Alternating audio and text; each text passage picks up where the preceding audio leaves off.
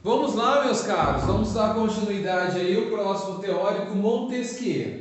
Montesquieu que escreve ali o livro O Espírito das Leis, representando ali os três poderes ali, os três poderes que são iguais, situação de peso e contrapeso, executivo, legislativo e judiciário, né? É aqui que se consolida a forma que funcionam esses três poderes, né? Os três poderes iguais e independentes, né? Nenhum pode ter relação com o outro. Então, o executivo não se relaciona diretamente ali com vínculos de dependência com o legislativo, para que não se possa corromper, e nem com o judiciário, por isso que eles atuam de forma independente, e cada um é autônomo, situação de peso e contrapeso ali, é o equilíbrio dos poderes ali. Então a independência, a autonomia, ela é primordial,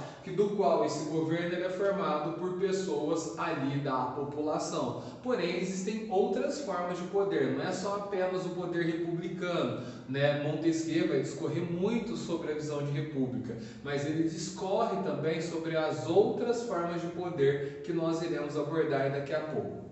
Bom, então presta atenção, o executivo ele faz o quê? O executivo ele vai executar as leis, colocar as leis em prática e também propor leis. Por exemplo, executar é dar funcionamento, colocá-las em prática. Então é aprovada uma lei que na Avenida 14 de Setembro a velocidade dos veículos será de 40 km por hora. Qual é o dever do prefeito? Fazer com que as pessoas cumpram isso. Então ele vai fazer o quê? Ele faz um decreto de lei. O decreto não é lei. O decreto é o ato de funcionamento. Isso não é lei, eu não preciso respeitar. Lógico que precisa respeitar, pois o decreto está baseado em uma lei anterior. Teve um desembargador que falou uma bobagem esses dias aí, né? Aquele lá, você sabe quem eu sou, mostrando a carteirinha dele? É uma bobagem, porque o decreto é o ato de funcionamento da lei. Então ele tem que respeitar o decreto do prefeito, que estava baseado ali numa ação do governador, ali aprovado na Câmara Legislativa do Estado de São Paulo. Basicamente, o decreto do prefeito é o ato de execução da lei naquela cidade. Ponto final. Professor, só existe decreto do executivo? Não, existe decreto também do legislativo. O legislativo também, ele pode fazer um decreto do ato de execução, muitas vezes em parceria com o executivo, não deixando o executivo fazer independente, ou às vezes ali ele faz um decreto ali de uma forma em que ele vetou o decreto anterior do executivo e fez o decreto do legislativo. Ele é superior? Vai para a sanção do presidente ou do prefeito ou do governador. Se o governador vetar ali o do legislativo, tentando prevalecer o legislativo pode vetar o veto do prefeito. É o cancelamento do cancelamento e prevaleceu do legislativo. Nesta opção, se o executivo ainda estiver de acordo, ele pode recorrer ali à terceira fronteira, que é o judiciário. O judiciário é um mecanismo das balizas da questão. É ele que vai dizer, mas isso. Ou, por exemplo, lá na Primeira República tinha um termo do moderador, que estava nas mãos daquele que praticava o executivo, né, no primeiro reinado no Brasil. Né? Durante a ditadura militar, o poder moderador passou a ser o exército, as forças armadas. E hoje, professor, a gente tem poder moderador? Não. Nós não temos o poder moderador, mas nós temos o judiciário que julga as ações. Ele é um ente passivo. O executivo até propõe leis. O judiciário pode propor lei? Não, o judiciário não pode propor lei. Mas, professor, mas se o ministro do STF vai propor ali um projeto de lei? Não, ele não propõe um projeto de lei como ministro, mas ele propõe como cidadão comum. Aí ele pode, mas ele não pode propor como juiz. Ele propõe como cidadão. Essa é a situação. Então, vamos lá. Nós temos aqui o executivo, que é ativo, pois ele executa, coloca em prática e ele também propõe leis. Nós temos aqui o legislativo, que vai fazer as leis, ele vai propor as leis e vai fiscalizar o executivo. Por que ele fiscaliza o executivo? Para evitar que o executivo abuse da competência do poder executivo de colocar as leis em prática e passa a agir contra a própria população e contra a instituição de um dos poderes. Então, o legislativo, ele fiscaliza. Nós temos órgãos ligados ao legislativo que fiscaliza? Temos sim. Quais são eles? Olha só, uma das instituições é a Procuradoria-Geral da República para fiscalizar crimes vinculados aí no Brasil à política. Nós temos ali o Tribunal de Contas da União, que vai fiscalizar crimes vinculados ali à economia, né, aos dados econômicos. E temos também um outro órgão que fiscaliza e que é de ação do povo contra os seus governantes, chamado de Ministério Público. Porém, o Ministério Público ele está abaixo da Procuradoria-Geral da República. O Ministério Público não está acima da Procuradoria, está abaixo, ele é subordinado à Procuradoria-Geral da República. Mas o Ministério Público ele é o órgão mais próximo da população ali para reclamar com esses órgãos superiores. Ali, é essa a função. Então, por exemplo, se você descobriu que na sua cidade o político está cometendo um ato de corrupção, aonde você vai reclamar? No judiciário da sua cidade?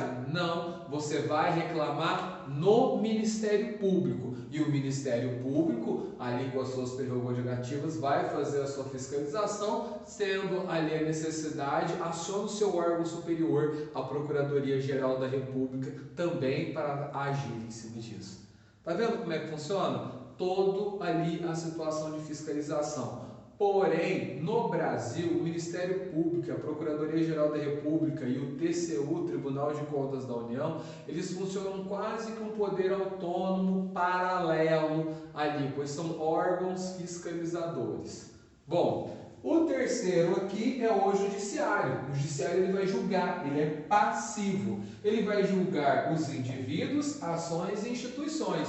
Então, o judiciário ele vai julgar tanto as pessoas como as ações praticadas pelas pessoas e as ações praticadas pelas instituições.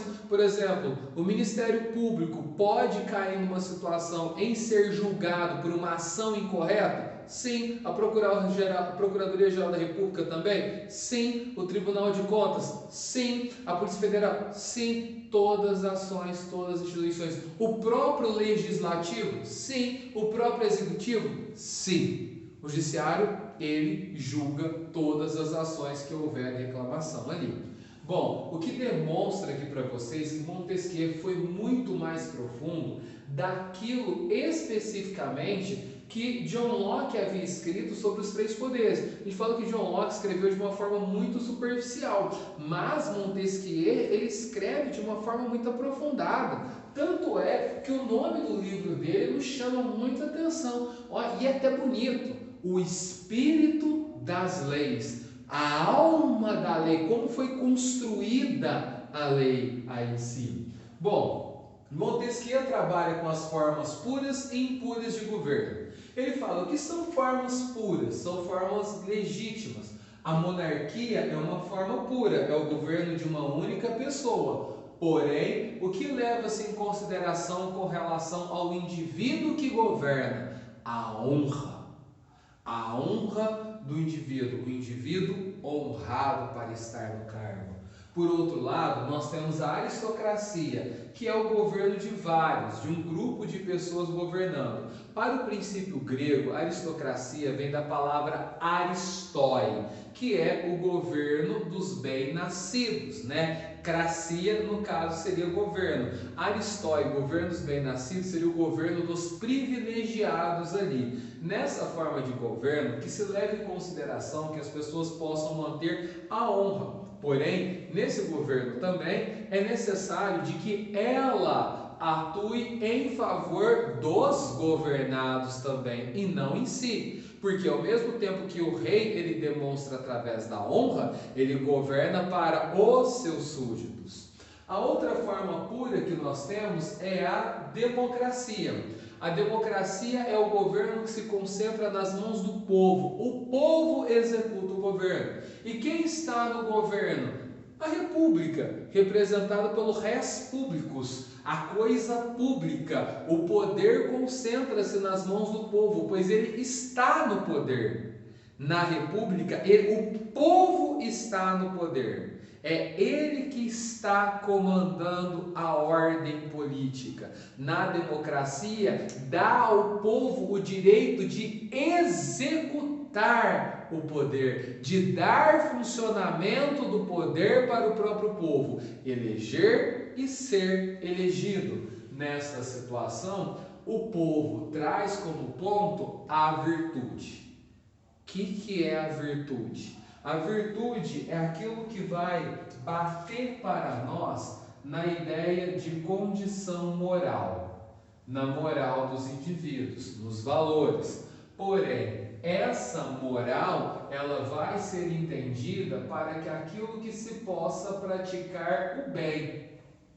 O bem para o povo? Sim, o bem para o povo não é sempre fazer o bem ao povo. Por quê? Porque às vezes fazer o bem ao povo pode colocar o Estado em crise. Por isso que muitas vezes é necessário fazer o quê? O mal ao povo para que se possa obter o bem do Estado. Por isso eu tenho que pensar a longo prazo. Pois o bem que eu faço ao Estado vai produzir o bem ao povo a longo prazo. A ideia sempre, mesmo que você pratique o bem ou o mal, é sempre ali a ideia de praticar-se ao bem ao povo. O povo é a causa final. Professor, me dê um exemplo ali que eu possa praticar o bem ao povo. Olha, você, por exemplo, reduzir os impostos. É um bem que você faz ao povo. Então você reduz os impostos de forma abrupta ali. Porém, o governo deixa de arrecadar impostos para fazer as obrigatoriedades dele que ele tem com o próprio povo. Então, o bem que ele fez tornou-se um mal ao Estado. Por outro lado, nós temos aí a ação que se pratique o mal. O Estado vai lá e aumenta os impostos. Quando ele aumentou os impostos, ele fez um mal à população. Porém, a longo prazo, esse mal pode ser revertido num bem direto para a população. É necessário você ter a ponderação das ações ali e de como vai ser. Por exemplo, eu citei o exemplo generalizado de impostos. Mas nós sabemos, por exemplo, se a gente vai aumentar os impostos, que impostos que a gente aumenta? A gente aumenta impostos sobre consumo, que vai afetar a camada dos mais pobres? Ou a gente pode aumentar os impostos sobre a renda, que vai afetar os mais ricos? Ou cobrar impostos de coisas ali que apenas os ricos têm, em que os pobres não conseguem? Eu preciso ter um equilíbrio. Então é muito mais do que isso que eu falei. Eu só apenas dei um exemplo generalizado da questão. Bom, nós temos as formas impuras de governo, a tirania, a corrupção da monarquia. A tirania, como vocês sabem, é quando você tem um rei monarca e ele ultrapassa as leis e passa a governar acima das leis conforme a sua vontade, através da violência, Dentro dessa situação também, nós podemos chamar aqui um outro, né? E aí eu vou lembrar de vocês de Voltaire, que é o despotismo. O despotismo, né? O despotismo é o quê? É um indivíduo que é um tirano também. Ele governa acima das leis, porém ele manipula a população com ideias iluministas. Por isso que nós chamamos o despotismo esclarecido. Ele manipula a população com as ideias iluministas. Ele age como fator de manipulação, porém ele concentra os poderes nele. Por exemplo, gente, o povo vai participar do governo agora comigo. Ah, é? Olha o exemplo do déspota. Ah, e como que vai ser esse governo? Vai ser assim, só vai poder votar quem ganha acima de 300 mil reais. Quem pode votar é a elite que está do lado do rei. Ele é um déspota. E aí ele passa a agir em favor, ele manipula. Mas eu dei poder para o povo. Mas você falou que só pode governar 300 mil. Ô gente, se você não consegue ter 300 mil por mês, é sinal de que você está trabalhando pouco. Trabalha mais e consiga seu mérito para poder votar. Olha a manipulação das ideias do ministro. Manipulei o sentido da meritocracia, tão defendido lá pelo John Locke, como seu parâmetro de igualdade. A oligarquia é uma forma impura, a corrupção da aristocracia. A aristocracia, quando ali esse grupo de alguns, de vários, passa a utilizar o poder para se favorecer. Então, por exemplo, ao invés de governar para o povo, governa para si mesmo. E só você tem ali os privilégios. E vai arrebentando com o povo. A demagogia é a corrupção da democracia. Isso daqui, gente, segundo Montesquieu, se a gente for levar para parâmetros atuais aí, a gente vai entender isso de uma forma totalmente diferente, né? Aí eu recomendo a vocês, se vocês quiserem pegar de uma forma mais aprofundada, tem um livro que chama-se o Dicionário de Política, do Norbert Elias. Aí ele vai trabalhar com essas várias formas. Porém, aqui segundo Montesquieu, ele trata a demagogia como a corrupção da democracia. É quando o indivíduo, para ser eleito e quando eleito, ele utiliza de mecanismos do Estado para fazer promessas, mesmo antes ali de ser eleito, provocar benefícios às pessoas, mas para os controles das massas. Esses benefícios, eles têm pouco efeito para a sociedade. A demagogia é apenas o efeito da manipulação. Me dê um exemplo, Floriano Peixoto. Floriano Peixoto, após a renúncia do Marechal Deodoro da Fonseca, ele vai fazer o quê? Ele vai, por força de lei, fazer um tabelamento de preços, reduzindo os preços dos aluguéis e reduzindo o preço da carne. Isso é uma ação demagoga para controlar as massas das pessoas mais pobres. Como assim, professor? Porque quando você reduz o preço do aluguel, naquele ano para o outro ano, o indivíduo, o dono do imóvel, vai te cobrar o preço mais alto. E aí ele pode falar o seguinte: então vai embora. Ele te manda embora. Outra pessoa vai pagar o que você não pode pagar. Ah, e o preço da carne? Simplesmente o dono, o fazendeiro, ele faz o quê? Ele deixa de vender. Ele não vende o gado, ele não mata o gado e deixa o gado ficar reproduzindo. Vai faltar carne no mercado, com a diminuição da oferta, os preços começam a se elevar, gera inflação. Demagogo, não adianta reduzir o preço da carne sem ter demanda. E não adianta reduzir o preço do aluguel, as coisas no outro ano vai aumentar. Então são medidas paliativas simplesmente para manipular as pessoas mais pobres. Beleza, gente? Até mais, muito obrigado!